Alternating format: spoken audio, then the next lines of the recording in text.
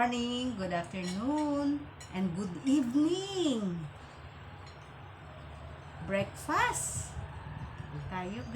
Breakfast po tayo, guys. Ang ulam po namin ay mga adobo. Adobo from Fiesta and menudo from Fiesta. Ayan po, guys, pumunta po ako sa Fiesta doon sa mga pamangkin ko kahapon. Umattend po ako at ang daming pasyaro nila sa akin. Dami ka talaga. Kagabi naubos na namin yung ibang putahe. Dahil sa marami, ito po marami pang tira. Ang saya ng Fiesta doon, anak. Apo ko. Alam mo ba? Lagi naman puno yung mouth mo. Pagkakausapin, sasabihin, puno daw yung mouth. Paano tayo makapag-usap niyan? Ang saya doon ng Fiesta kasi alam mo, may yung ang tawag doon, yung banda ba yun? Kumbo-kumbo sa Fiesta. Yung may ganun, may drum. Di nagsasalita. Tapos may yung may apoy na isusubo. Ano ba yun? Gasolina ba yun? Daw sa sisindihan. Tapos, ganon? Lalabas.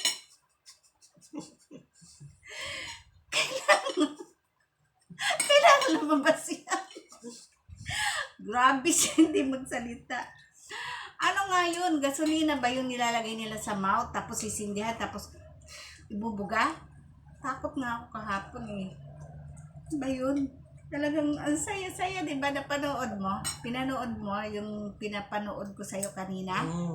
Di ba? Baka yung ibuka ko yung pagkain. Baka daw ibuga niya yung nasa mouth niya, ibuga niya sa akin. Kasi puno po yung mouth niya. Tapos kinakausap ko. Hindi makapagsalita. Oh, susubukan na naman. Ano ba yung gasolina? Ito sa lamesa tayo. Ano ba yun? Pakalakang grasa sa pagkain. Tatanda. Saglit lang. Gusto ko lang ikwento sa'yo. Gusto ko lang yung mga ganap doon nung Fiesta kahapon. Hindi nga yung gasolina. Pinakita ko sa'yo, di ba? Napanood mo? Yung video ko, pinakita ko sa'yo na may bumubuga ng apoy. Ano ba yun? Gasolina ba yun? May gasolina kahapon eh. Binubuga Nalalasan nila. sila pag ininom nila yung gasolina. Alak yun. Alak? Alak yung nilagay sa mouth tapos sisindihan? Flammable naman yung alak eh.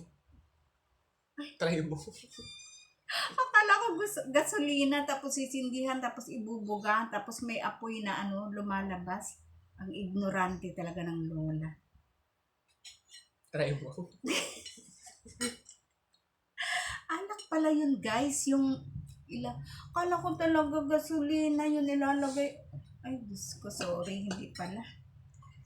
Ngayon ko lang nalaman na alak pala yun yung ilalagay sa mouth tapos sisindihan, ibubuga. Apoy yung lalabas. Sobrang takot ko kahapon. Hindi ka nasunog. Lumapit sa akin, ibubuga. Ano siya? Masunog ako. Hello. Tuntik ka na. Tapos yun, ang saya.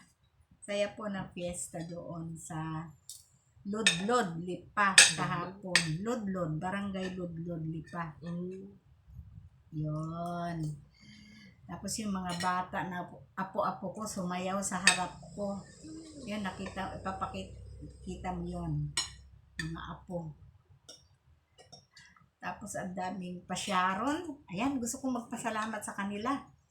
Kailangan kong magsalita ng Batanggenyo na rin ngayon. Ay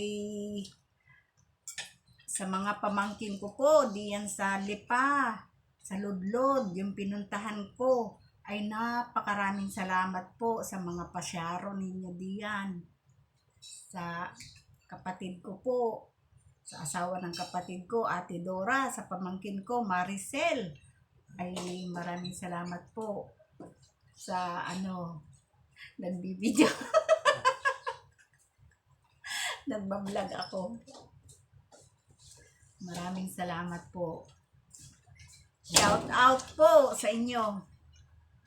Ayan, di ako marunong magbatangas eh. Magbatanggenyo.